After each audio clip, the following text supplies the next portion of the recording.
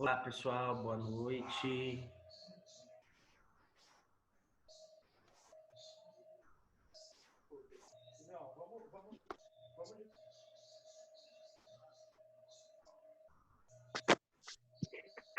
Oi, pessoal, boa noite.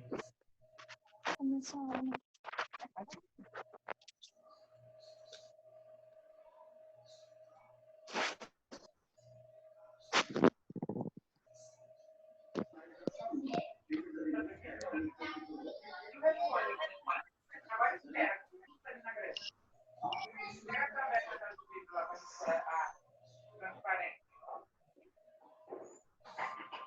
Pessoal, vocês estão me ouvindo? Sim. Sim, Tem uma outra coisa aqui, né? Beleza. Sim. Sim. Vamos esperar todo mundo chegar e aí a gente começa, tá? A gente está com 19 pessoas na sala. Vamos dar mais uns 2 minutinhos e aí a gente começa.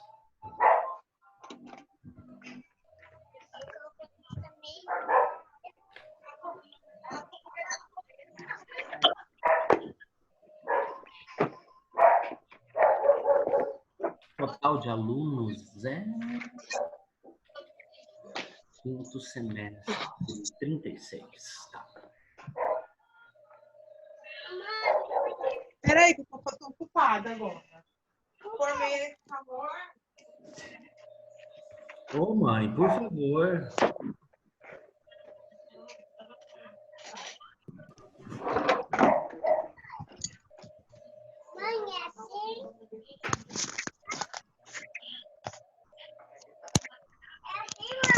Põe, Ana Júlia, é assim.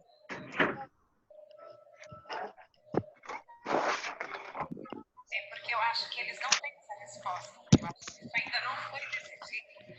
Até porque saiu da provisória e o presidente falou que vai diminuir os dias letivos e a carga horária. Alguma coisa nesse sentido, eu não li muito direito.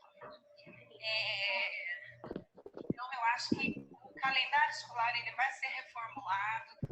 Eu acho que esses pontos facultativos vão ser para compensar esses dias e fazer atividade compensatória de sábado, tipo, valendo 2 dias. Perfeito. Mas eu acredito que eles não vão sacrificar o dia. Eu acho. Mas eu acho que eles não vão te questionar sobre isso agora. Ninguém vai ter uma posição dessa para passar. Eu acho que, por enquanto, é só referente a dinheiro mesmo. Não vai estragar a casa, não tem como pegar no final. Lu, tomara que seja só de grana. Vamos para a gente amanhã com orientações. Não só do como proceder, mas do que isso significa. Eu estou começando minha aula aqui, depois a gente... Um beijo. Ana Júlia, eu não quero falar agora que eu tô no meio da aula. Pessoal, vamos lá? Vamos começar? Gente, boa noite. Tudo bem com vocês? Sim, vão fazendo joinha pro tio, o tio gosta. Isso. Pessoal, só lembrando, né, que depois esse vídeo vai para o YouTube. Então, assim, quem não se sente à vontade com a imagem aparecendo, pode desativar a câmera e fica só com o microfone ligado, tá bom? Pessoal, vamos lá. Na nossa última aula, nós assistimos o vídeo Dançando no Escuro, não foi isso? E nós combinamos que nós conversaríamos sobre o vídeo na próxima aula, e daí veio todo esse turbilhão aí por conta do coronavírus, né? E a gente não conseguiu conversar. Então, pessoal, eu estou vendo que tem algumas pessoas mandando chat, é só vocês habilitarem o microfone de vocês aí, tá bom? No cantinho da tela, do lado esquerdo de vocês, aparece a opçãozinha do microfone. É só vocês habilitarem o microfone, tá? habilitar o áudio aí. Então, ou lá em cima, do lado direito. É um dos dois. Então, pessoal, eu queria começar a aula de hoje ouvindo vocês um pouquinho, né, sobre o filme e para a gente poder conduzir alguma discussão aí. Lembrando que o nosso viés de discussão ele é sobre as relações do filme com a discussão de justiça social que a gente estava fazendo, né? Então, faz um tempinho já, mas eu vou pedir para que vocês, para que a gente possa ir batendo um papo, tá bom? Quem começa?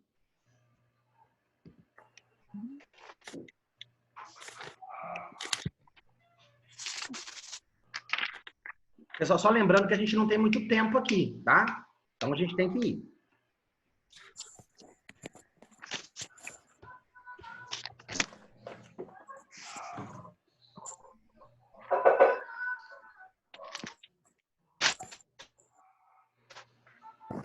Nossa, ninguém vai falar, então eu vou falar um pouco. Professor, tá me ouvindo? Eu tô. Quem é? A Thaís. Thaís. Vamos lá, Thaís. Bom, eu tive grande dificuldade em relacionar o filme em relação à inclusão, né, porque naquela época a inclusão não existia, né? E no filme a gente não vê. Mas, assim, em relação à justiça, eu acho que é bem do que o senhor tinha falado, que a justiça ela é ilusória e ela é corrompida, né, pela moral. Porque, de repente, o que é moral para mim não é moral para o outro. Então, no momento em que a Bjork, a Thelma, né? A Thelma, ela faz tudo certinho, ela leva com ela o segredo que o Bill falou para ela esconder, ela faz o que ele pede, que ele disse que ela só sairia de lá com o dinheiro em mãos, ela acaba matando ele. E isso a gente são coisas que ela não conseguiu fazer com que a justiça visse. De tão certa que ela levou a culpa do assassinato do Bill, né? O que para ela era o correto a fazer, no meu pensamento, né, no meu modo de vista, é uma coisa que não teve aquele senso de justiça de saber qual o motivo que ela matou. Quer dizer, até teve, né? Perguntaram para ela, mas ela preferiu levar consigo o segredo e não falar a verdade. Mas, enfim, tem mais coisas para desenrolar, mas eu vou puxar aí, quem sabe as meninas não falam o restante, mas eu acabei escrevendo mais coisas no trabalho. Assim, da tua fala, Thaís, o que me chama a atenção né, que a personagem ela acaba matando. Então, assim, ela cometeu um crime. Sim. Né? Ela pagou pelo que ela fez. Então, é aí que entra a discussão, porque aí eu volto na Thaís de novo, né? Porque a Thaís vai dizer, mas olha, ela levou o segredo. Mas, professor... Ela precisava uma coisa extrema, ela precisava fazer, era algo maior que ela. Então, a gente vai ficar sempre nesse ciclo. Ela fez, mas ela fez por causa disso. Então, fica mas que nem toda escolha tem uma consequência também. Então, foi aquilo. A moral dela foi que ela levou o segredo e ele fez com que ela tivesse aquela atitude, mas ela teve a consequência. Entendeu? Por mais que a nossa moral, a nossa visão, tipo, super errado. Só que a consequência dela foi isso. E a moral do cara não ter falado, toda vez se justificando com mentiras também. Que nem a Thaís falou, a moral é individual, mas a consequência vem, entendeu? Uhum. Ela estava disposta a morrer? Não. Quem quer morrer? Não? Não. Tem gente que quer, Laíra. Ela tava, porque ela me contou a verdade e ela foi. Ela tava, porque ela tinha ciência do que aquilo ia levar. Ela podia até morrer.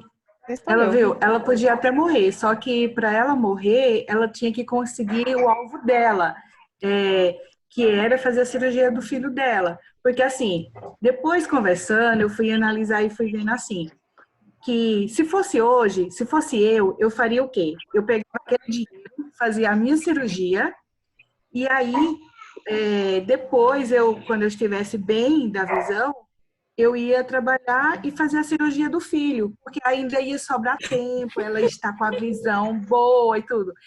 Só que, se fosse hoje, mas já que eu estou falando, vou falar um ponto que me chamou a atenção. Que hoje, fazendo uma relação do filme daquela época com hoje, sobre a desigualdade social. E a Constituição diz o quê? Que todos somos iguais perante a lei. Mas o fato dela ter matado uma pessoa, um homem da lei, entre aspas, isso contou muito. Então, será que ela teria sido condenada à morte se ela tivesse matado outra pessoa qualquer? Será que o fato de ela ter matado um homem da lei não influenciou muito? E assim, outra pergunta que ficou no ar, uma pergunta, Bruna, só concluindo, uma pergunta que ficou no ar, por que ela não falou a verdade? Por que ela não lutou por uma investigação? Isso, entendeu? Por que lá no julgamento dela, que ela não falou assim, eu matei ele, mas é porque aconteceu, ele era meu vizinho, era também meu amigo, a gente conversava, ele sabia do dinheiro, ele acabou precisando, e ele furtou. No que ele furtou, eu fui pegar de volta e ele acabou que a gente começou a brigar e aconteceu que eu acabei matando ele. Eu era o dinheiro ou nada. Por que ela não falou a verdade? Por conta da moral dela. Peraí, a Bruna está tentando falar lá. Fala, Bruna. Fala, Bruna. Ela naquela época, ela era cega, pobre, pagava um aluguel no fundo da casa do cara. Ninguém quis escutar ela, ninguém. Ela não tinha uma opção ali, na verdade. Mas ela fez um ato que ela se prejudicou também. Por mais que eu acho que ela fez por amor, porque eu acho que envolve o amor ali de uma mãe por um filho, ela estava errada também. Pessoal, vocês estão falando naquela época, mas assim, o filme é da década de 90, tá? Não é tão naquela época, não, é recente, né? Não tá algo tão longe. Não tanto. Não, tem os seus 30 aninhos aí, mas não é algo tão longe na história, né? O que eu digo é o seguinte, o que eu relaciono do nosso mundo de hoje, né? Não é igual a gente falar da Idade Média, não é igual a gente falar... Né? A gente está falando desse nosso contexto ainda, né? Na verdade, pessoal, é uma discussão muito complexa. Sim. Né? Acho que todo mundo consegue entender a complexidade da discussão. Né? Ilaene, eu concordo contigo. Eu acho que ela errou. E ela erra quando ela opta por não cuidar de si. Tá? Eu acho que o primeiro ponto, e isso é o Foucault, tá, gente? Não é o Ronaldo falando, não. O Foucault, ele traz para nós um conceito que chama cuidado de si. E ele fala que o primeiro passo para que eu cuide do outro é cuidar de mim mesmo. Essa é a tônica do conceito do cuidado de si do Foucault, tá?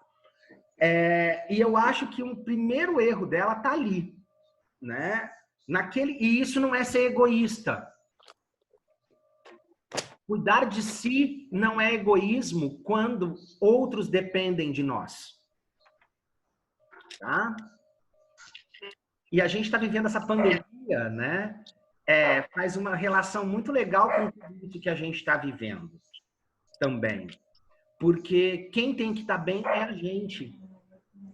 Para a gente poder cuidar do outro. Né? Então, por exemplo, o Ronaldo está hoje em casa com 2 pais idosos. Quem tem que estar bem? O Ronaldo. Sei. É o Ronaldo, porque são esses 2 que dependem do meu cuidado. Né? Então, assim, quem tem que priorizar a quarentena? É lógico que é o grupo de risco, mas é também aqueles que cuidam do grupo de risco. Né? E eu acho que a Selma, no filme, o primeiro erro dela é esse. Eu também acho que ela tinha que ter priorizado a cirurgia dela. Pois bem, ela não priorizou. Né? Amor, tá travando. Aí já é a conexão de vocês, gente. A minha tá tranquila aqui, tá? Também. Outra coisa que... Mas depois disponibilizo no YouTube, vocês vão ver forte, sem travar. Outra coisa que eu acho importante a gente considerar também é essa, assim. Esse lugar da exclusão que ela ocupa.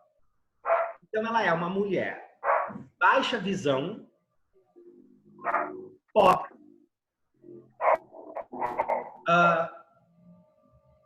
não existe mãe solteira, criança nessa história toda. Ela cria seu filho sozinha. Eu não gosto da palavra mãe solteira, tá? Eu acho que mãe não tem...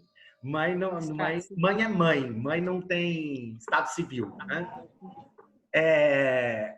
Não existe um pai que colabora com ela na criação do filho, né? Ela paga um aluguel e mora em condições precárias.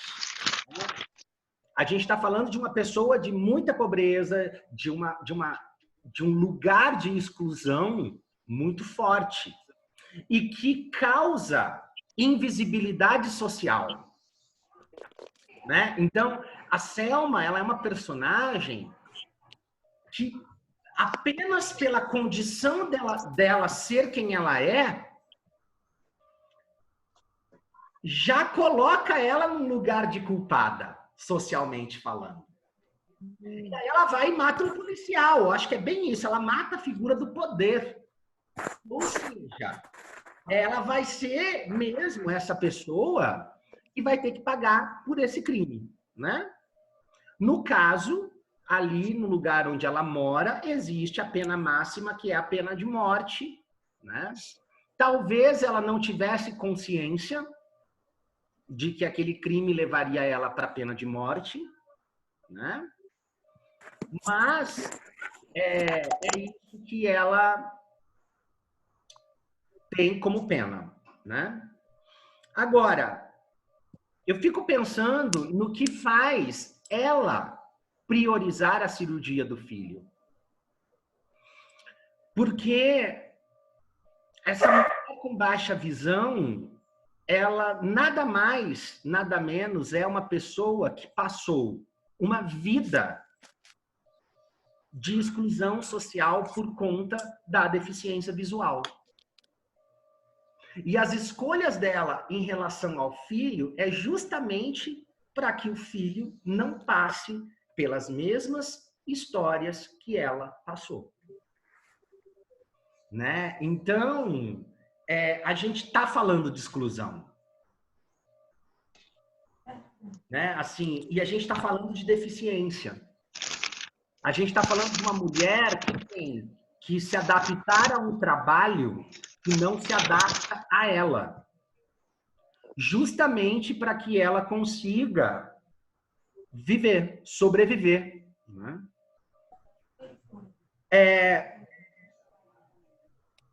Eu acho que ela não teve escolha. Ela foi obrigada a matar. Né? Acho que isso é um fato. Mas, ao mesmo tempo, ela é uma assassina. Eu acho legal a gente sempre considerar isso. Né? E talvez a pena máxima não fosse necessária. Mas ela é, sim, alguém que precisava pagar pelo seu crime. Eu acho que isso a gente tem que ter muita clareza também, porque senão a gente banaliza o crime. Tá? E olha como isso é interessante, né? O filme, ele vai criando um contexto para a gente, e quando a gente vai ver, a gente está envolvido na história de tal maneira que a gente esquece que ela é uma assassina. E a gente se pega nesse lugar defendendo, né? O filme ele me chama atenção por N motivos. Eu não sei se eu vou aqui conseguir descrever todos, mas o mais interessante é porque ele nos faz refletir sobre o conceito da pena de morte, por exemplo. Né? E hoje em dia a gente vive um Brasil que acha que pode fazer justiça com as próprias mãos. Todo mundo escuta. Ah, tem que morrer mesmo. Ah, fulano fez isso, tem que morrer. E apesar de nós não termos uma pena de morte oficializada no nosso país, né, ela existe. Ela existe em cada esquina, em cada quarteirão, porque há um julgamento popular quando se sabe de alguns delitos, né? E muitas vezes esses julgamentos populares eles estão errados. Pessoas são confundidas e assassinadas. Eu não vou lembrar de nenhum caso agora de cabeça, mas é só a gente buscar lá nos jornais e tal, a gente vai ver, assim, populares mataram fulano de tal e essa pessoa não depois descobre que ela era inocente, né? E aí depois essa vida já foi embora, tá? Então, é interessante para a gente pensar que o filme ele nos choca porque ele nos explicita essa pena de morte judicial, né? Que é uma realidade dos Estados Unidos, de alguns estados dos Estados Unidos, e que não é a nossa. Mas é legal a gente lembrar que a gente vive, sim, a penalidade com a vida, e ela é feita com as próprias mãos no nosso país, tá? Pois bem, eu acho que para terminar um pouco a conversa, eu acho que é legal a gente retomar lá no começo, alguém falou da moral. E eu acho que é um filme que discute muito bem isso, né? Porque a Selma, ela paga com a vida, mas ela não abre mão do combinado com um cara que jogou baixo com ela, que foi sujo com ela, né? Que foi inescrupuloso com ela. E mesmo assim, ela mantém seu combinado, ela mantém a palavra justamente, né, pelo fato de ser um sujeito ético e, por sua vez, né, agir de acordo com a sua moral. Tá? E eu acho que ela arca com as consequências mesmo, é bem isso. Da prisão para frente, eu percebo a Selma muito consciente de tudo que está acontecendo. Aquela mulher fantasiosa, que é apaixonada por musicais e tudo aquilo, né? Essa mulher ela vai tomando consciência quando ela não quer ver um filho, quando ela dá a pista de onde está o dinheiro para a amiga dela, quando, enfim, ela sabe que ela vai ser morta e mesmo assim ela ainda continua falando, não falando, quer dizer, a verdade, né? Para se defender ou para minimizar uma pena. Então ela é uma mulher que opta por arcar com todas as consequências dos seus valores morais. E eu acho que é um pouco dessa pergunta quando a gente fala de justiça social, né? Até que ponto nós estamos dispostos a arcar com o sujeito moral que a gente é? Acho que esse é um ponto para a gente pensar. A gente está disposto a arcar com as consequências? Em que medida, quando eu cedo, eu estou deixando de ser ético ou não? Eu acho que são pontos de reflexão para a gente ir pensando na nossa vida, né?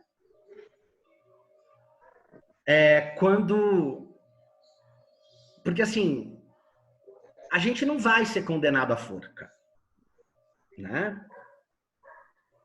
Mas a todo momento na nossa vida cotidiana como professor, esse nosso sujeito moral, ele é colocado em prova, em teste.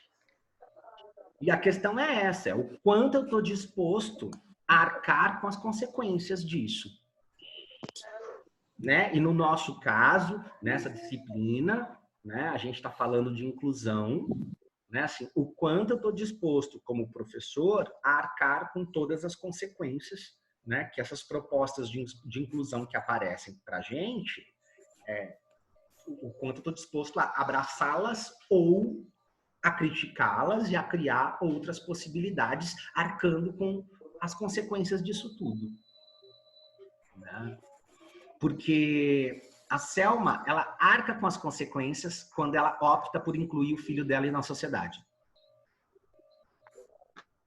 É disso que a gente está falando. Ela paga com a vida pelo direito dele enxergar. Né? E aí eu fico me perguntando, assim, o quanto que nós, como profissionais da educação, estamos dispostos a arcar para que uma inclusão aconteça da melhor forma que a gente consegue fazer. Né? É aí que entra o nosso sujeito moral. E aí, gente, falem mais, falei bastante. O que vocês estão pensando do que eu estou falando? Eu, Isabela, tenho uma dúvida. Você falou que eu faltei na primeira aula que foi discutida a inclusão e a injustiça social. Mas aí você falou sobre a exclusão. Tá, a gente vê isso no filme. Mas você falou que foi na década de 90. Então, em que momento começou a ser falado sobre inclusão na sociedade? Porque eu fiz algumas pesquisas antes da aula e falou que foi na década de 90. Então, ao mesmo tempo que gerou tudo isso no filme, que não sei, é um filme baseado em fatos reais, né? Não. Ah, não, então não sei se era só um retrato da sociedade da época. É só um retrato da sociedade. Quando começou a falar sobre inclusão na sociedade? Não, mas eu acho que é isso mesmo. Dessa inclusão como a gente conhece, é a partir da década de 90, justamente por conta do surgimento do ECA, né? Tô falando das crianças, no caso. Né? Ah, sim. O ECA, ele tem um peso fundamental nas nossas escolas, porque ele vai garantir o direito de todas as crianças na escola. Paralelo a isso, a gente vai ter ai, Jesus, o negócio de Salamanca lá, como que é? Ai, deu um branco. Não é Convenção de Salamanca, depois a gente pesquisa isso.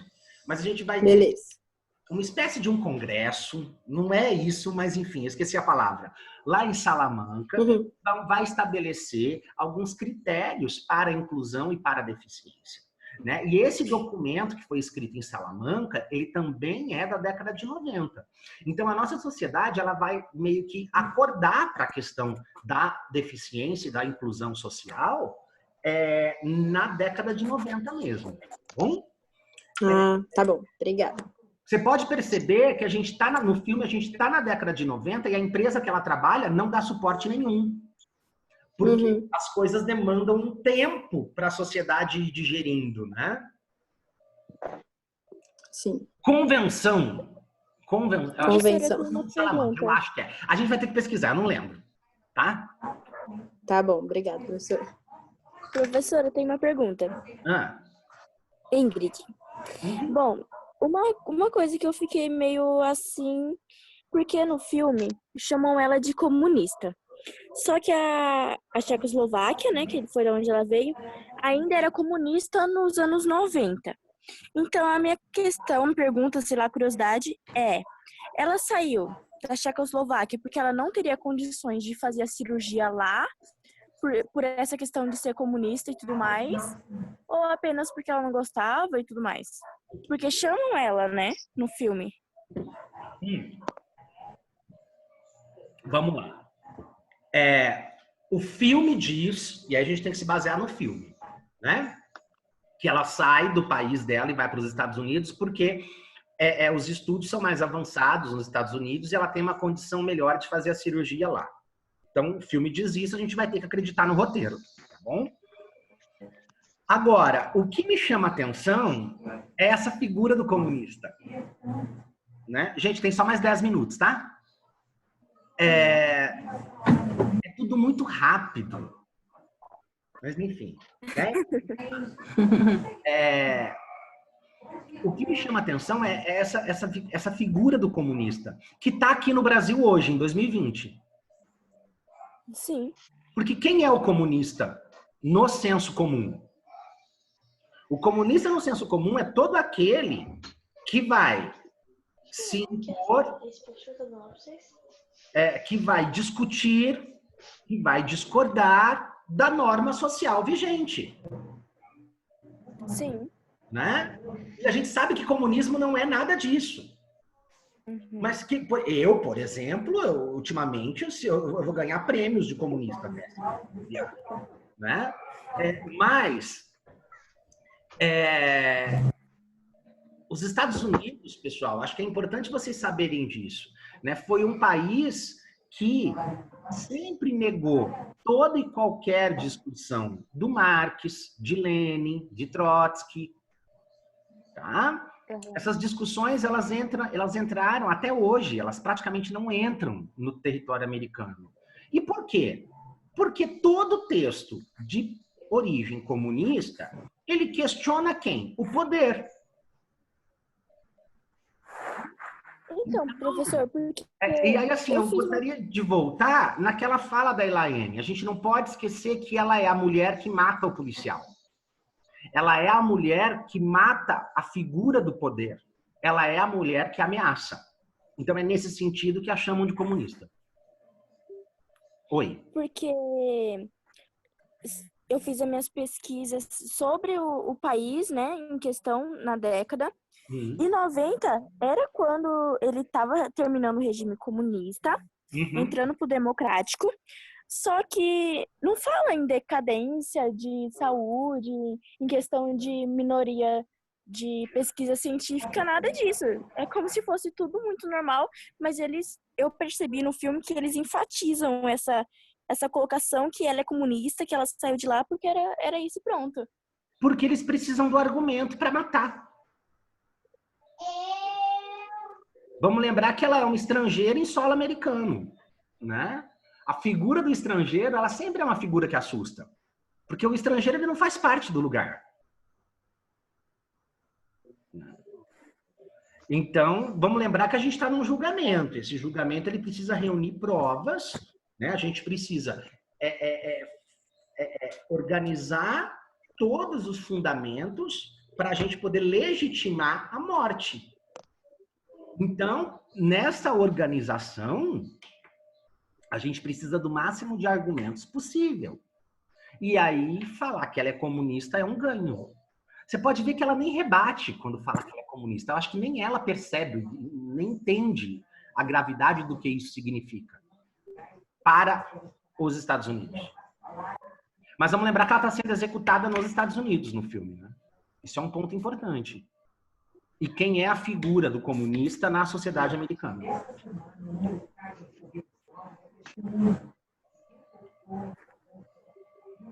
Quem mais?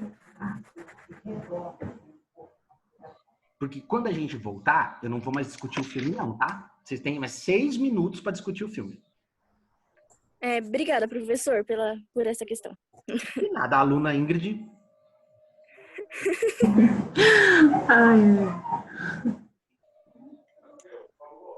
Mais alguém?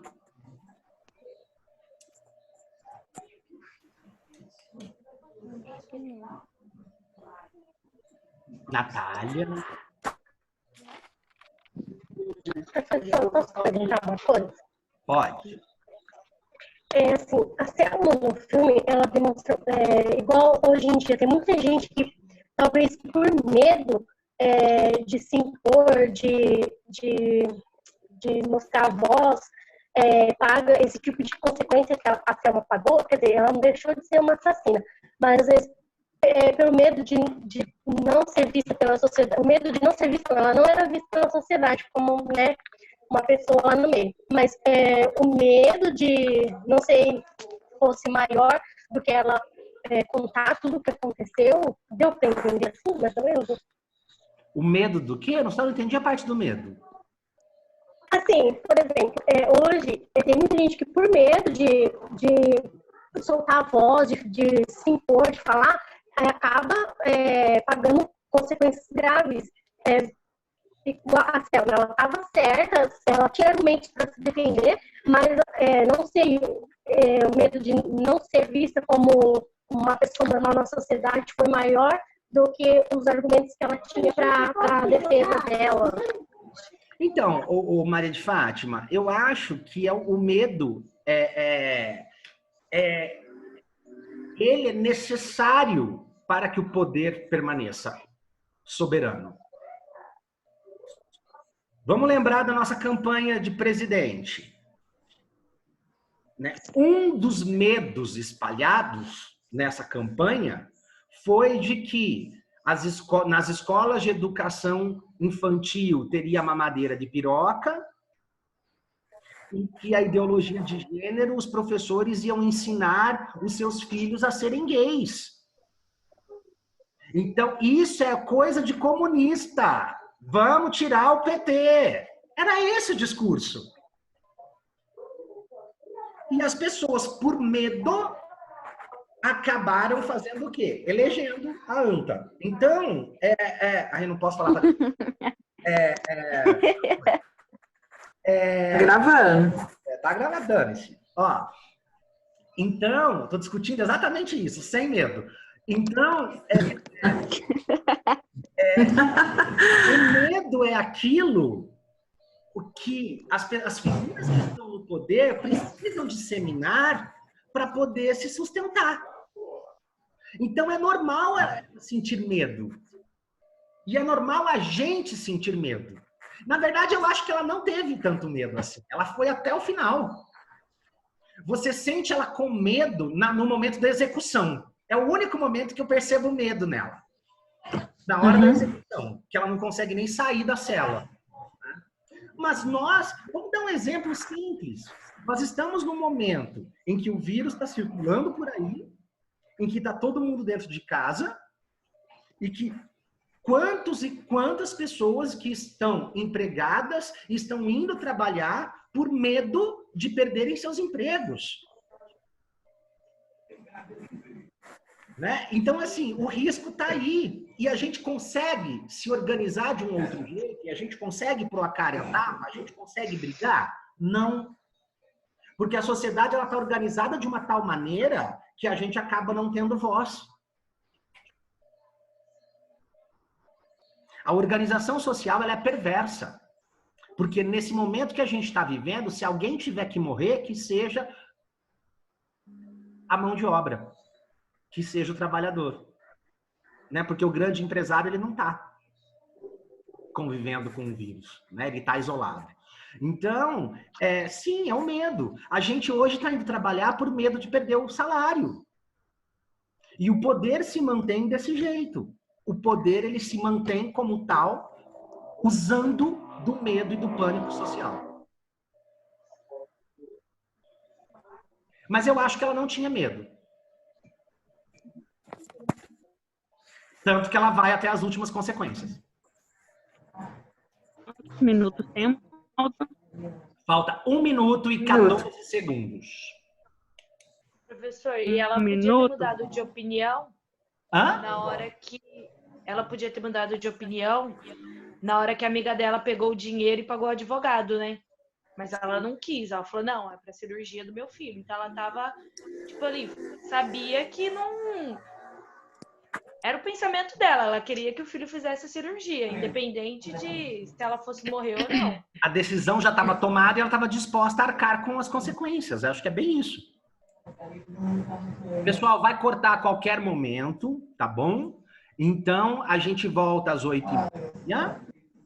E aí a gente vai começar a discussão do capítulo 7. Já vem com o capítulo 7 na mão, tá bom? Beleza. Eu acho que a discussão do vídeo deu. Se quem tiver mais alguma coisa para falar, na hora que a gente voltar, já começa falando, tá bom? Tá bom. Então tá, eu vou já encerrar por aqui, porque vai cortar do nada. Até daqui a pouco. Tá, ok. Até. Beleza. Até.